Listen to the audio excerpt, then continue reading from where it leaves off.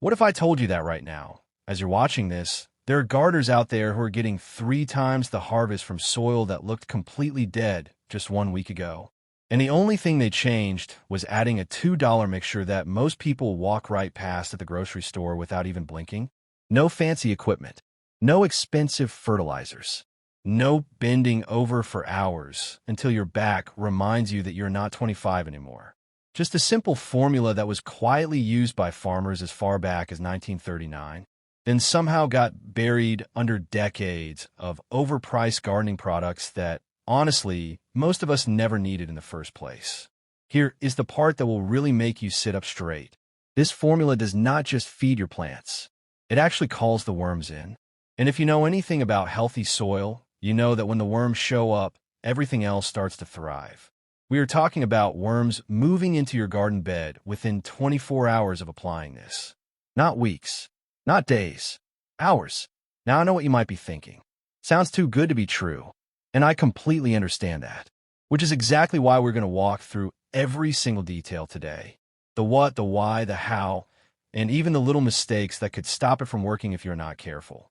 So if you have ever looked at your garden and felt like you were fighting a losing battle, if your soil feels more like concrete than the soft, dark earth you dream about, or if you're simply tired of spending money on solutions that never quite deliver what they promise, stay right here, because what comes next might just change the way you garden forever.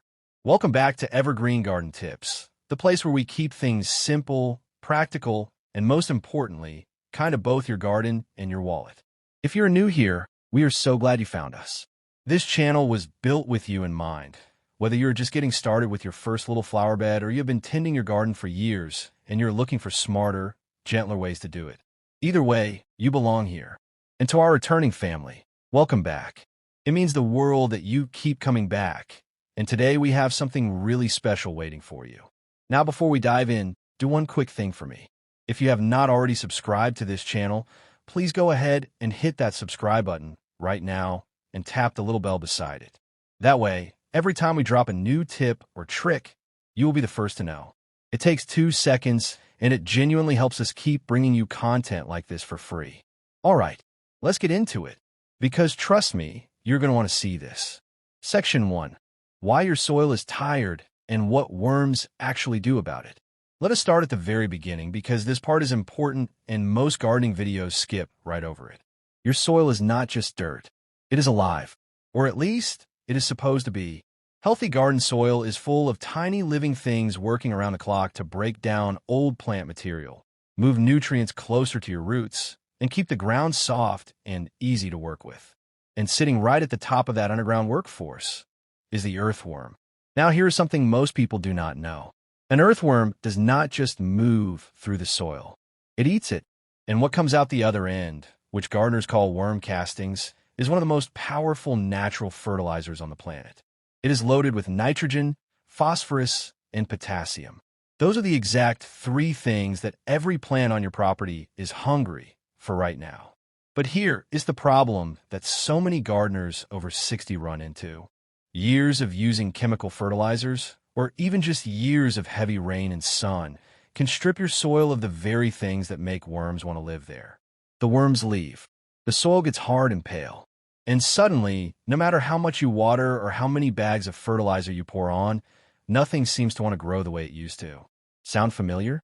If it does, do not feel bad about it. It happens to almost every garden eventually. And the good news is that it is completely fixable. Not with an expensive product from a gardening store. Not with a complicated system that takes weeks to set up. With $2 worth of ingredients that have been sitting in kitchens and pantries since before most of us were even born. Section 2. The 1939 connection that nobody talks about. Now I want to tell you something that I find genuinely fascinating. And I think you will too. Back in the late 1930s, before the big chemical farming boom that changed agriculture forever, farmers relied heavily on what they called biological soil builders. They were not thinking about it in those complicated scientific terms, of course. They just knew from experience that certain simple, natural mixtures kept their soil dark, loose, and crawling with life. One mixture in particular became quietly popular among small family farmers across the American South and Midwest. It was passed down through word of mouth, written into old farming journals, and used season after season without fail. Then the 1940s and 1950s arrived. Chemical fertilizers became widely available. They were marketed as faster, easier, and more powerful. And slowly, these old natural formulas got pushed aside, not because they stopped working, but because companies needed to sell something. Here's what makes this story interesting, though. Modern soil scientists who have gone back and studied these old farming practices have confirmed something remarkable. Those simple biological mixtures that grandparents and great-grandparents were using, they actually work. In some cases, they work better than the synthetic products that replace them, because they do not just feed the plant, they feed the entire living system underneath the plant. And the $2 formula we are about to talk about is rooted directly in that tradition. Section 3. The $2 formula revealed. All right, here it is. No more suspense. The formula has two main ingredients: blackstrap molasses and cornmeal. That is it. Now before you say, I have used both of those in my kitchen for years, stay with me. Because the way these two things work together in your soil is genuinely surprising, and understanding the why will make you much better at using them. First, the molasses. Blackstrap molasses is what is left over after sugar cane has been processed 3 times. It is thick, dark, and rich in minerals including iron, calcium, magnesium, and potassium. But here's the thing that makes it magical for soil. It is also incredibly high in sugar, and that sugar acts like a dinner bell for the beneficial microorganisms living in your soil. The moment it hits the ground, those microscopic creatures wake up and start multiplying. More microorganisms means more organic activity. More organic activity means more food for worms. And more food for worms means the worms come. You can find blackstrap molasses at most grocery stores, health food shops, or even online. A small bottle costs around $1 to $1.50 in most places. Second, the cornmeal. This one surprises people every time. Cornmeal, the same stuff you might use to make cornbread, contains a naturally occurring fungus called trichoderma. Now, do not let that word scare you. This particular fungus is completely harmless to people and plants, but it is absolutely devastating to the harmful fungi in your soil, the ones responsible for root rot, damping off disease, and all those mysterious plant deaths that seem to happen for no reason. At the same time, cornmeal feeds the good bacteria in your soil and helps create the soft, crumbly texture that worms prefer to travel through. Think of it like putting out not just food for the worms, but also making their path more comfortable. A small bag of plain cornmeal costs about 50 cents to $1. Combined, you're spending roughly $2. And what you're doing is essentially rebuilding the underground ecosystem of your garden from the ground up. Section 4. How to make and apply the formula correctly. Now let us talk about how to actually use this. Because application matters. Getting this wrong will not harm your garden, but it will slow down your results.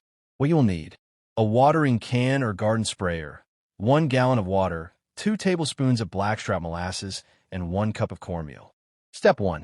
Take your cup of cornmeal and sprinkle it directly onto the soil around your plants. Do not dig it in. Just scatter it across the surface the way you might scatter breadcrumbs. It will begin working as it slowly breaks down and gets pulled into the soil by moisture and foot traffic. Step 2. Dissolve your 2 tablespoons of molasses into 1 gallon of warm water. Stir it well until the molasses has fully mixed in. You will see the water turn a rich amber brown color. That is exactly what you want. Step 3. Pour or spray this mixture directly onto the soil around your plants. Try to water the whole surface of your garden bed evenly. You do not want puddles. You want the soil to be moist and well-coated. Step 4.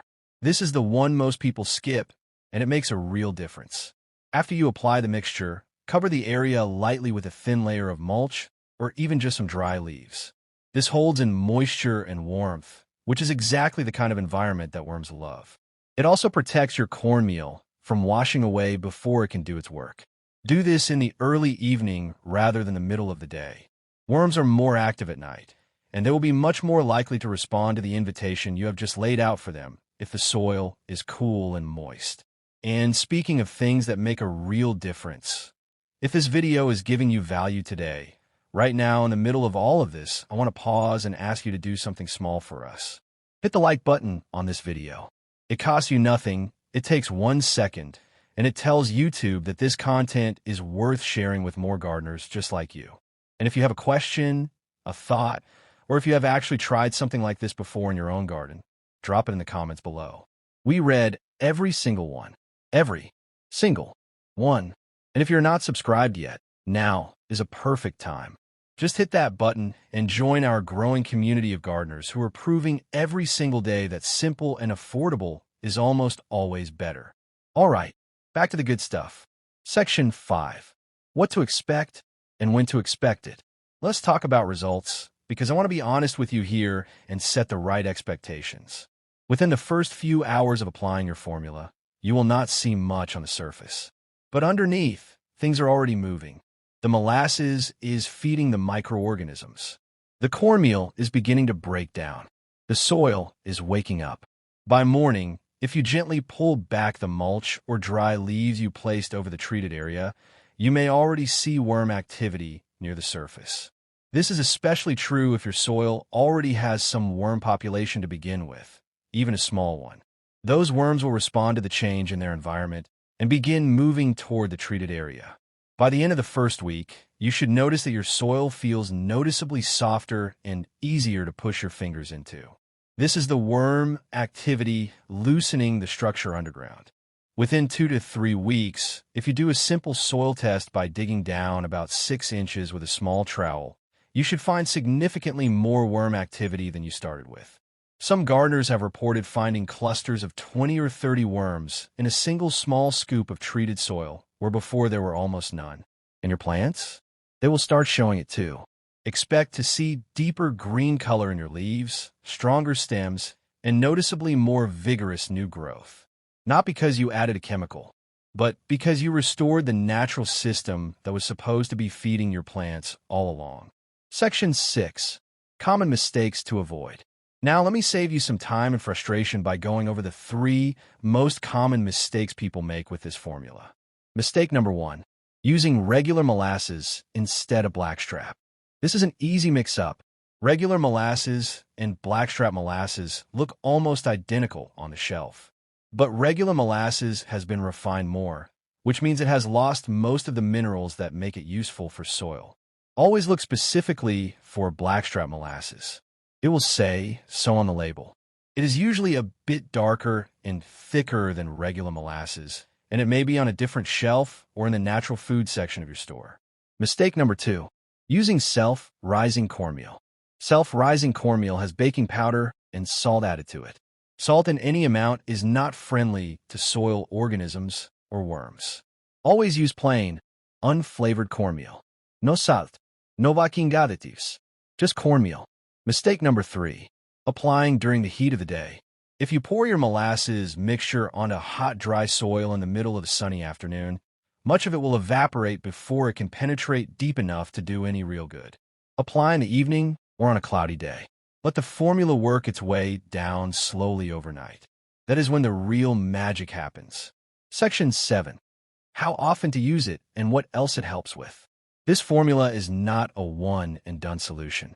Think of it more like a monthly wellness check for your soil. Applying it once a month during your growing season is enough to keep your soil biology active and thriving. You do not need to overdo it. More is not always better when it comes to natural soil treatments. Consistency is what matters. You will also find that this formula does something unexpected for your flowers. Gardeners who use it on flower beds report that their blooms last longer, come back stronger each season, and require less watering over time because the improved soil structure holds moisture so much better. For tomatoes, peppers, and leafy greens especially, the difference can be dramatic. These are hungry plants that drain soil quickly. Keeping a healthy worm population in their beds means they are getting steady, gentle feeding around the clock without you having to do a thing. And one more thing worth mentioning. Healthy worm-rich soil actually suppresses certain garden pests. Grubs, fungus gnats, and some root-eating insects are far less common in biologically active soil. So in a way, this simple formula is also working as a quiet, gentle form of pest management without any sprays or chemicals involved. So let us bring this full circle. For $2 and about 15 minutes of your time, you can begin rebuilding the living foundation of your garden. You are not fighting nature. You are inviting it back in. You are laying out a welcome mat for the creatures that have been doing this work for millions of years, long before fertilizer bags ever existed. The farmers of 1939 knew something that got buried under decades of marketing and convenience: that the soil knows how to take care of itself if you give it the right conditions to do so. And now you know it too. Try this in your garden this week. Start with just one bed, one corner, even one container if that is all you have. Watch what happens over the next few days, and then come back here and tell us about it in the comments. We want to hear your story, because that is what this channel is really about.